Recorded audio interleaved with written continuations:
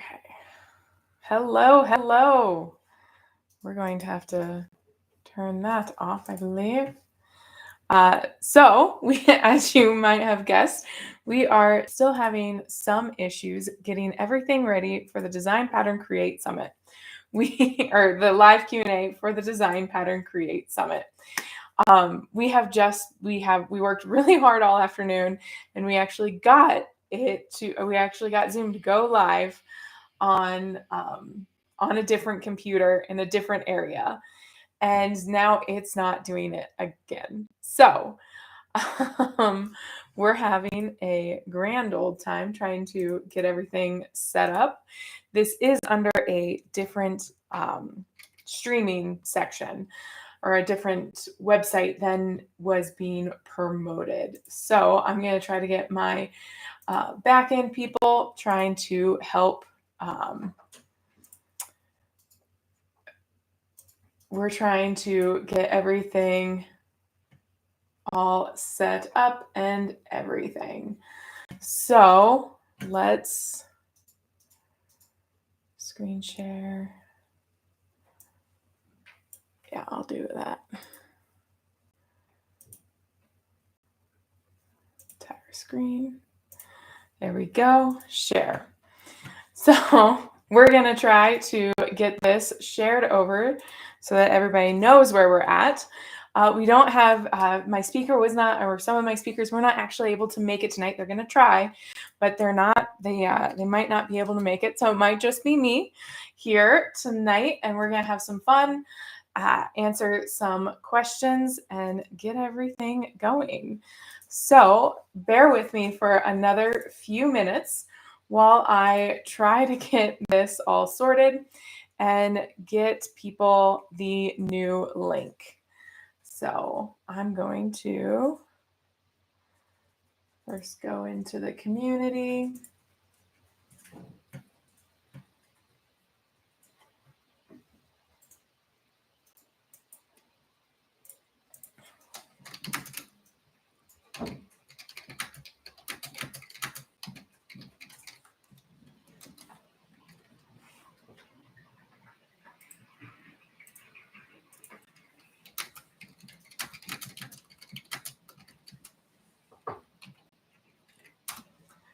Gotta love when technology decides to do something else. Okay, then we're gonna go in.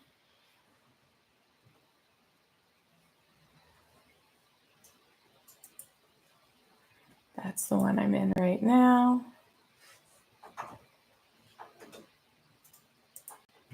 This is the one I believe everybody else is in.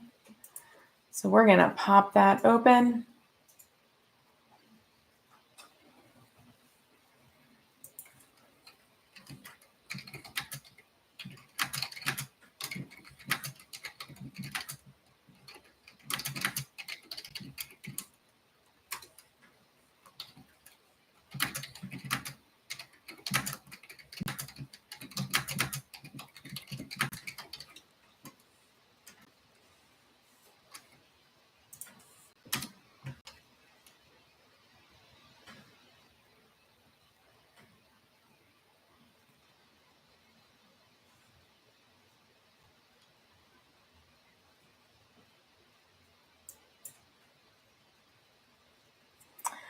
Okay, so we got it shared to the original stream that this is the new stream that's going on. I also have it shared in the community. And while we are waiting, I'm going to send out another quick email. We gotta love when technology does this to you. It's one of those things. We got it working. I was so excited, and now it's just not. Okay.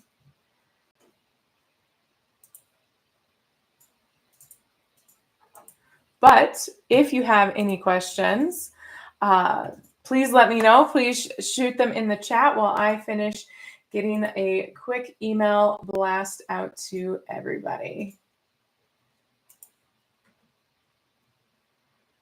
Let's see here.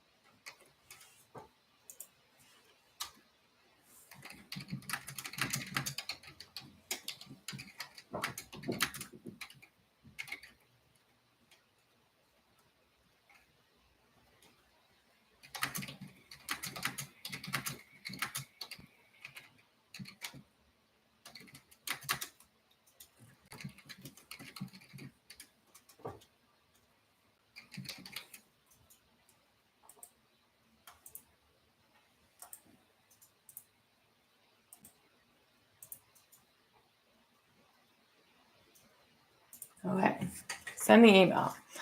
Karen, you have found us. Yes. Sorry for the confusion.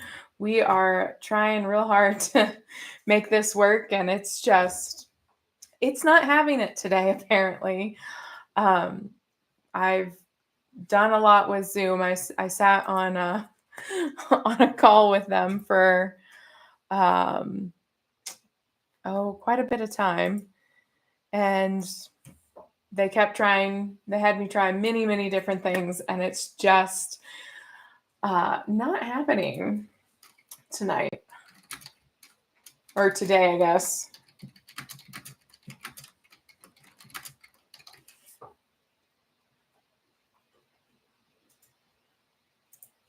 Get that sent off. There we go. Great.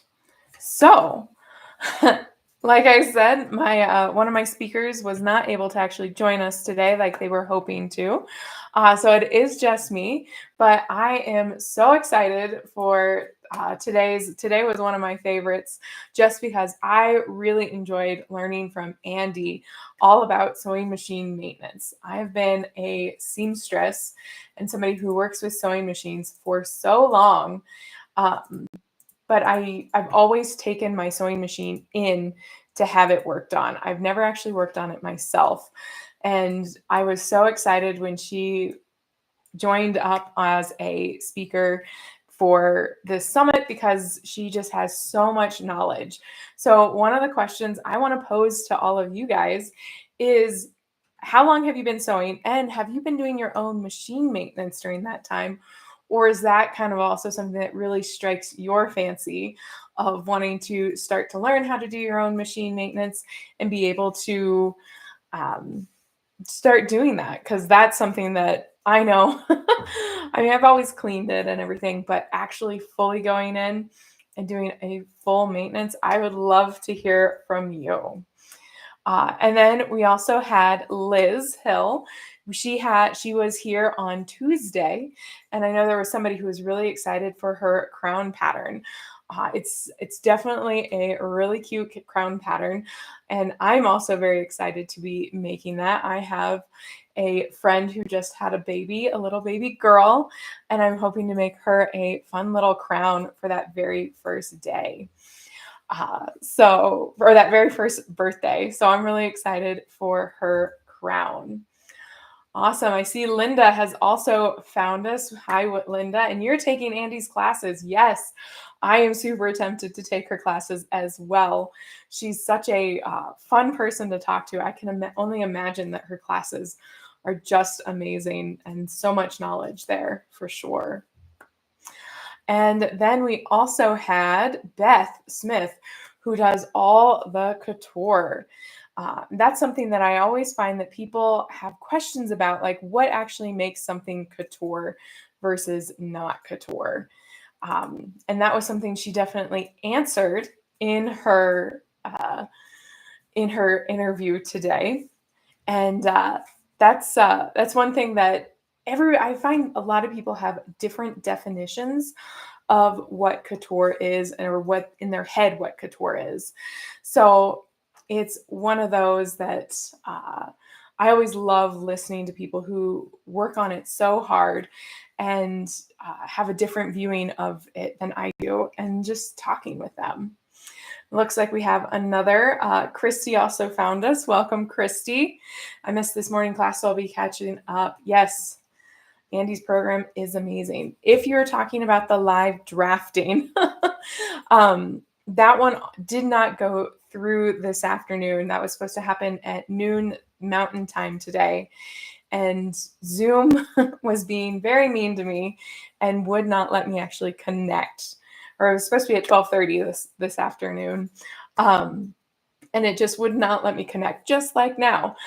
So Zoom has a mind of its own. I'm going to have to get back on with the people from Zoom and see if I can get this fixed again. What drives me crazy is we sat here and we got it working literally probably about an hour and 10 minutes ago. I was sitting on Zoom, and I was able to go live both in YouTube and Facebook privately, and it was working just fine. And I was like, okay, maybe it's because I'm in a different area. You'll notice I have a different background because I'm hardwired into the internet this time. We were hoping that was going to help, but Zoom was zooming, huh? I just got out of another class. Oh, awesome. Yeah, something's up. I hope they're working on a bug with the Zoom because I've noticed some other glitchiness with Zoom recently. So here's to hoping it doesn't continue for very long. But awesome. Well, do you guys have any specific questions? Even if it's not for me specifically, we can definitely get it passed on to the speakers. I also always have opinions on everything, but I'm happy to answer any of those questions. Let me jump into the community and make sure, see if anybody popped in there. There we go. Awesome.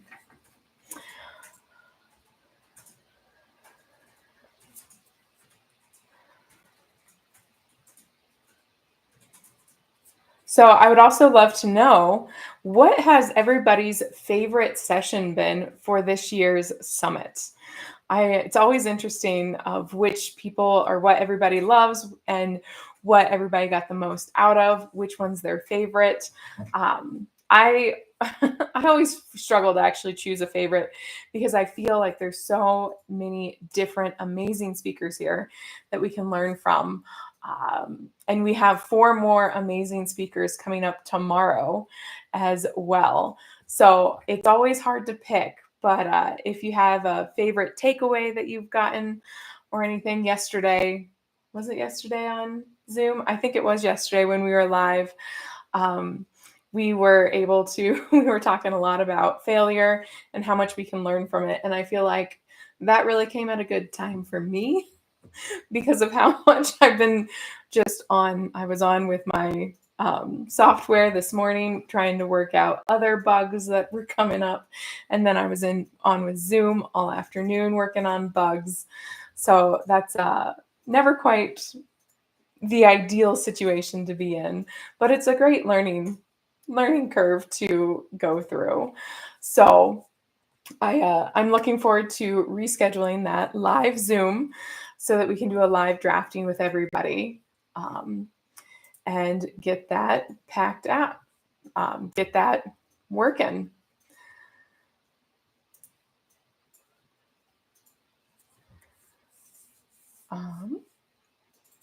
Well, since there's no questions coming in right now, I can continue to just kind of chit chat a little bit about different things. I mean, I'm always down to talk digital pattern drafting.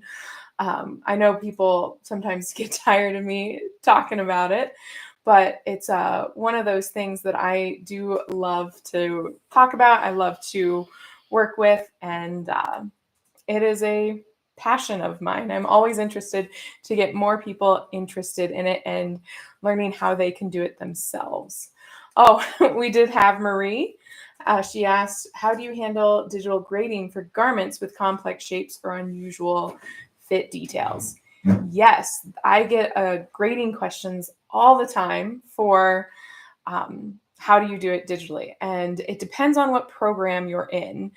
Of how you actually work with it. So if you're actually in a pattern drafting software like Clo3D, it's going to be a lot easier to do than if you are in a program like Affinity Designer or Illustrator. Then there's a lot more steps you have to go through to actually make that grading work. But you asked specifically about how I do it for unusual shapes or unusual fit details.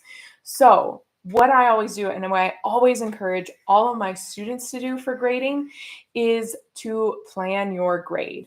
So what I mean by that is I like to, once you have your pattern finalized, finalized. That means you have all your seams are true. You have all your notches there. You've double checked to make sure like the ease you want around everything is working. You don't want to grade your pattern before you're ready. Like I know everybody wants to get through all the steps, and sometimes it's the truing and the all that detail work at the end that is the least amount of fun.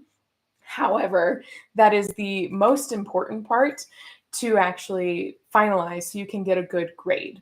So you want to make sure that's all done and good. And then I like to bring all my patterns up and I take a picture of my screenshot. So whether it's a screenshot or I take a picture with my phone, and then I actually will draw on the pattern, on the actual pattern, where I'm going to actually do a grade.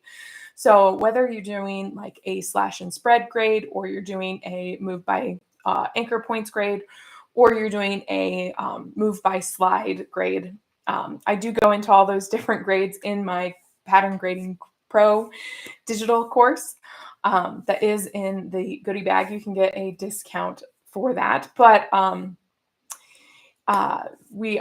line them all up, and then I actually draw out where I'm wanting to add, because you always want to think about where you're adding it and how that affects the other pieces in the pattern. For example, if you are slashing and spreading across here to give yourself a little bit more space here, you also have to think it's going to cross that seam and go over to your sleeve. So you also want to make sure that you're adding that same amount in to your sleeve. And that's just so that it mimics it and you're not changing the grade too much in one area and then not changing it in the other. So with the complex patterns, I'm going about this in a very long-winded way, I'm sorry, but I do like to just take that picture, draw it, and then slash wherever I'm going to be planning to expand it out. And then I'll write how much I'm planning to expand it out there. And that helps me prep how I'm going to move all the points within that grade to where they need to go. And then, of course, once I've done all the grading and everything, it's time to do all that double checking that needs to be done to make sure that everything works out well. So it's the planning. Everybody, it's one of those steps that a lot of people are like, I don't need to plan. It's kind of like when you write an outline for one of a paper that you used to write either in high school or college. You always kind of wrote yourself like an outline to help keep your thoughts in order and to help, start your process. I don't know if everybody did, but goodness knows I hated writing those outlines. So I always struggled writing them. I sometimes would, but I'd always skip it. But once I got into pattern grading and everything, it really helped me keep everything organized, everything in my head, that I could have that planned grade out. And that's something that you also have that I can always go back and reference. So after everything's graded and I'm checking to make sure everything looks good and everything's going the way I want it to, sometimes it messes up. Sometimes you did something wrong and you have to go back and you have to double check and you're like, why isn't this working? What's going on? And that's when you can relook at how everything was planned out and you can recheck stuff and you can make sure it's actually working. That's the one really great thing about if you're working in a program like Clo 3D, you can actually, it does it all for you. Whereas in Illustrator, you have to do it size by size by size. But in the program like Clo 3D, it does them all for you, how you're wanting to do it. And it helps see it. And then you can see a little bit quicker and a little bit easier on where the problems are. I hope that helped. That was a very long-winded answer to that for the grading. Grading just comes with time and practice. It's never going to be something that comes super fast, super easy. It's always better to start grading a little bit more simple pattern pieces and move up to the more complex ones, just because once you see how it grades on simple patterns, you can start to re-see that and rework that into more complex shapes. So I always recommend start with simple, move to complex. I feel like that's true for most people and most things when you're actually trying to learn something. It's always best to start easy and move to the more complex. But goodness knows us as creative and sewists, we sometimes get sucked into the I want to do the crazy thing right now. I want to do the crazy beautiful thing right now. And I goodness knows I'm definitely guilty of probably taking on projects that were far above my sewing skills back when I was first starting. But that's also how you learn. You learn from those failures, you learn from messing up some really nice fabric. Um, but that's also part of the fun. You get those stories, you get those memories, and all those crazy things. I would also love to know, do you guys also feel do you have that one story of you took on a project that was maybe a little bit above your skill level and it kind of went crazy? Maybe not. I could definitely tell you. So this one time I was trying to make this dress in college, and I really wanted a new dress for a date I was going on at the time. And I definitely picked a pattern that was for more of a knit dress, but I really wanted it out of the woven fabric. I was like, I got this. All I have to do is add a zipper and maybe add a little ease. I'll just make it a size up. And we're going to make it work. It's going to be great.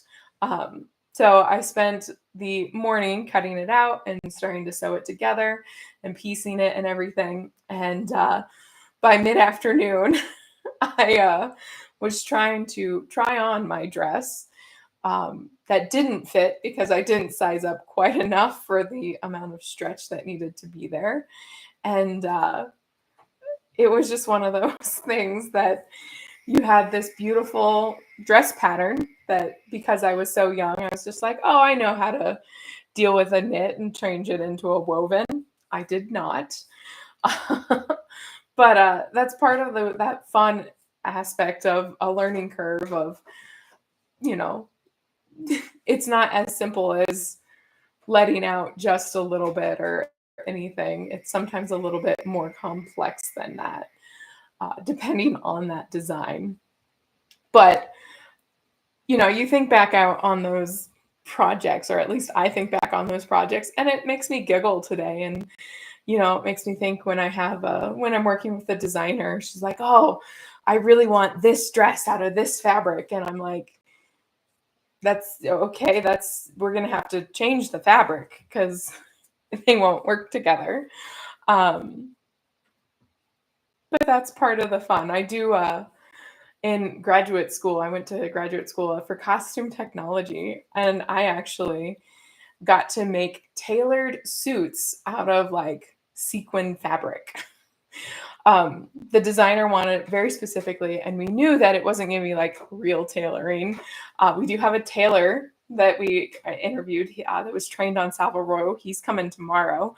So talking with him, I was just like, I should never tell him that I did this because he would be horrified, I'm sure, that, I was attempting to make tailored suits out of sequins and glitter and satin, and they turned out gorgeous. But it comes back down to the designer knew we would have to be changing some of the patterns a little bit to make them work within the world.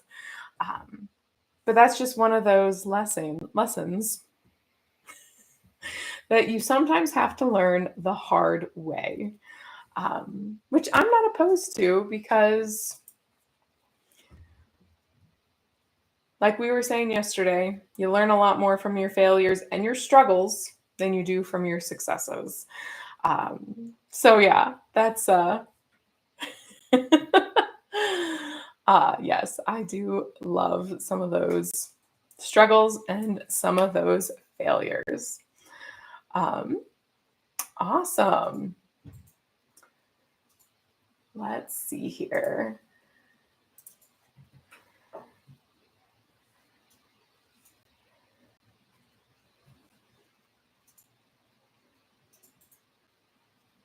I would also love to know, because I was talking with Andy, and she was telling me how many different sewing machines and everything that she had, and her number was, I don't even quite remember it, but it was huge. I'm curious, how many sewing machines do you all have? Um, Goodness knows I have quite a few. Let's see here. I have one that definitely needs to be serviced. So I'm really excited to dig in and maybe try to service it myself this time. We'll have to see. I think the timing's off. I haven't looked at it in a year. So we're going to have to look at that. But I would love to know, how many sewing machines do you have? And the sewing machine, that can be either like a serger, or a cover stitch, or a regular sewing machine, or a blind hemmer.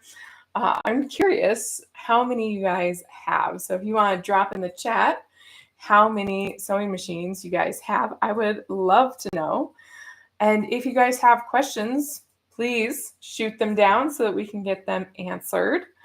But I definitely, let's see here, I should count mine. I believe I have 4 straight stitches, 5 straight stitches, 5 just regular sewing machines, and then I have just a serger and a cover stitch. So I think I'm at 7. It's not too bad.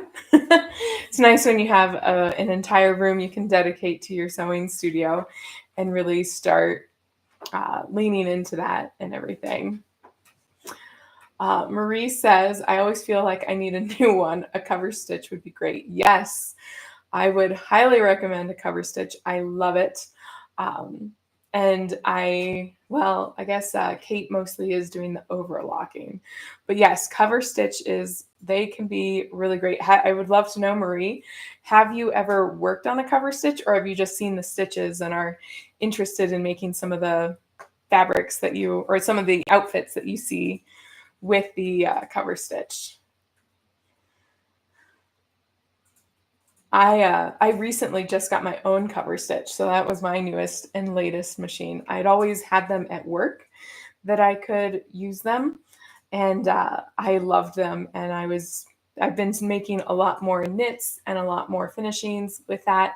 So I kept an eye out on Facebook Marketplace actually, and bought myself a used cover stitch from somebody else who was upgrading, or just, well, actually, I think the one I bought was, she didn't want to use it anymore.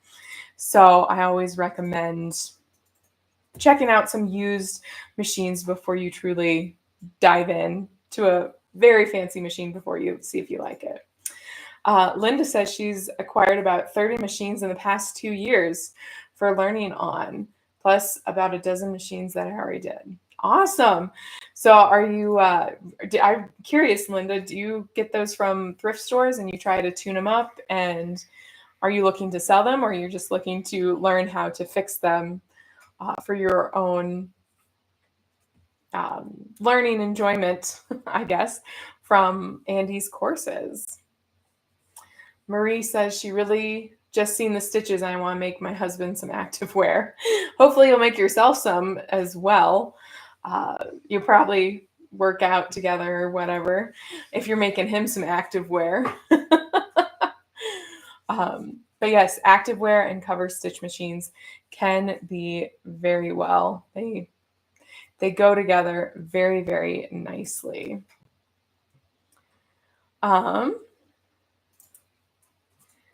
And plan to learn on them and keep a few and donate others. Awesome. Yeah, that's a really good way to go. I never even thought about that. I always see so many sewing machines at thrift stores, and that would be a really great way to actually start learning on how to fix them, because a lot of times they're fairly cheap price. I'm trying to think if they've gone up in recent years. I definitely, one of my favorites that I got a Bernina 1008 for $200 at a thrift store. I couldn't believe that I found and it was working, no problems. I couldn't believe that I found a Bernina 1008 at a thrift store for so cheap. It was amazing. So I found the zigzag stitch worked okay. Yes, for activewear, you need that little bit of stretch to make it work. But once you get into a cover stitch, you will get hooked. I'm sure you will. It always takes a little bit to learn, and figuring out how to thread it and how to work with it.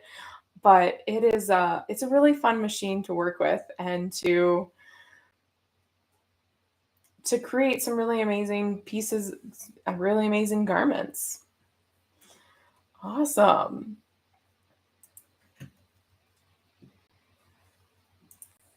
I just saw somebody was still trying. We're going to see if that helps to get over to this live stream.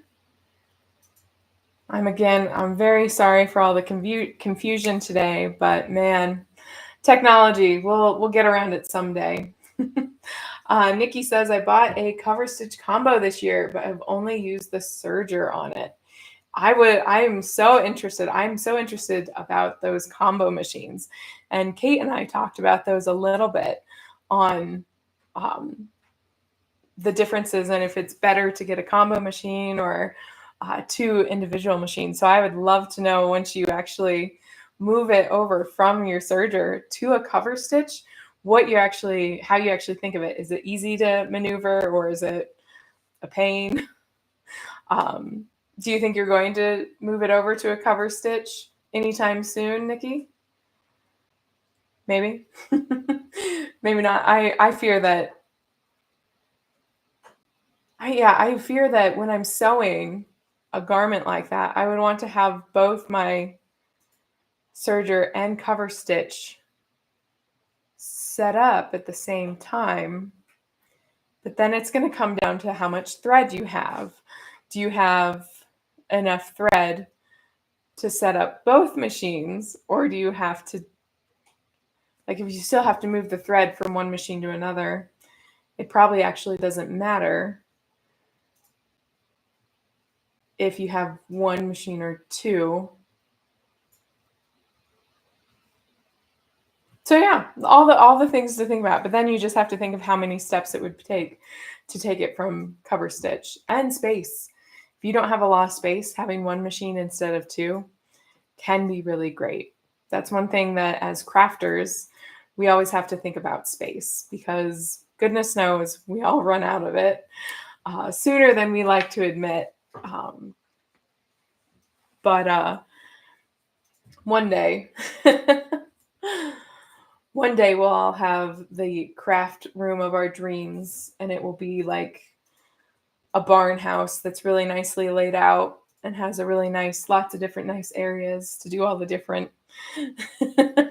different crafts you want to do, whether it's a really large ironing table to iron all your fabric. The dreaming can now begin. Awesome.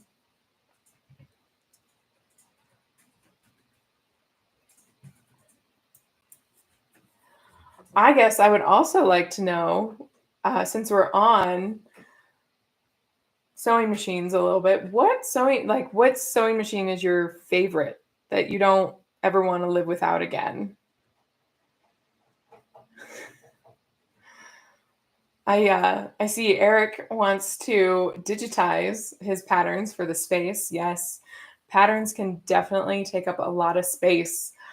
And once you actually digitize them, you don't have to keep them anymore. But you do have to make sure you have a way to then reuse them. So either with using a projector, or you might have to reprint them off depending on how you're doing it. But we had a really great conversation with Sheridith, who runs projectorsewing.com. So if you haven't started digitizing your patterns at all, Eric, I definitely would recommend checking out Sheridith and projectorsewing.com so that you can make sure that you have some of those steps, so that once all your patterns are digitized, you can then project them off and continue to use them. And then if you're looking to alter them or anything, or do some pattern drafting digitally, of course, I can help you with that. Looks like it will be fairly easy to do. That's awesome. So Nikki says it'll probably be easy to actually change it over from the serger. Intimidating Fairly New Sewist. Awesome. I love it. I love that you're jumping straight into those machines. I love my serger. I asked a question and then I went on to Eric's question or Eric's message. But I love my serger. There's so many, it's so versatile. There's so many things that it can do and it can help with. It isn't, the strongest thing always. Sometimes you do need to have that extra stitch into stuff, but I love it because I can help finish off my garments nicely on the inside, make sure it's not going to continue to fray forever, which is nice, but I do love my serger. Linda says her embroidery machine is the machine you love the most. Yes, I wish I had an embroidery machine. Don't tell my husband I said that because I want one. But that's one I want. I'm curious about your embroidery machine. Do you have just a single needle, or do you have one of the ones that has like the really intense 6 threads, or something that can really go crazy? I would love to know which type of embroidery machine you have. The single needle. Awesome. Yeah, that's probably what I would get. But I always have dreamed of making my own patches. Maybe one day when I have time. That's always what we all struggle with, right? Is time. Where does it all go? It just evaporates all the time. But Marie, just tell him if he loves you, he will get you one. Yeah, maybe I should have to tell him that and see what happens. Or I could I could tell him, it's like, oh, I'll make patches for you, or something of the like. Because if there's something in for him, maybe he'll be a little bit more amenable to the embroidery patches. Awesome. Well, if there are any more questions or no more questions, we might call it just a little earlier tonight. Again, I'm sorry for the delay start, the confusion to get people over to a new and different link or streaming link. Hopefully Zoom will get this figured out soon, because I really do want to do a live drafting with you all. Right now I am on a different computer in a different area, as you can see, and this computer cannot run my patterning program very well. It's a lower computer, so it goes much slower and has some issues there. But we are hoping to get the Zoom thing figured out soon so that we can still do the live drafting. I was hoping to just reschedule it for tomorrow, but I'm not going to reschedule it quite yet until I can finalize and see that I can actually go live with Zoom. Well, maybe I'll just have to plan it and go live straight onto YouTube and not have it record through Zoom. That might be what it actually does. That might be what I do, because that'll probably be the easiest. So I want to thank you all for joining me tonight and joining me through this summit. I've had a really amazing week of getting to know you guys and learning so much from all our speakers. Now, remember, if you want to get points for the leadership board, some of these questions will have to go into the community, because right now our community does not talk with YouTube because it's strictly linked to your emails. So if you want to go ahead and make sure you post those questions into the group, into the live Q&A under the We're Live Now Q&A, we can make sure that you guys get the points for getting the leadership board, or on the leadership board prizes drawings, I guess is the best way to put that. So yes, I hope you guys all have a wonderful, wonderful evening. And I look forward to seeing you guys in the group. And hopefully tomorrow at a live stream, we have Alexandra coming tomorrow. I believe Annette's coming back tomorrow. I should know who exactly is coming, but I don't. have it right off the top of my head. Do I have it right here? Oh, yes, and Julie and V. V is coming tomorrow, and Julie. Julie, when I was talking about my failed knits to woven dress in college, we talk about transferring patterns and fabrics and everything. So definitely check back tomorrow and watch Julie's interview all about fabrics and everything like that. She has some amazing tips and tricks as well. So I want to wish you guys all a wonderful night, and I want to thank you for your patience along with you coming and joining me tonight for this live. So I look forward to seeing you tomorrow. Take care.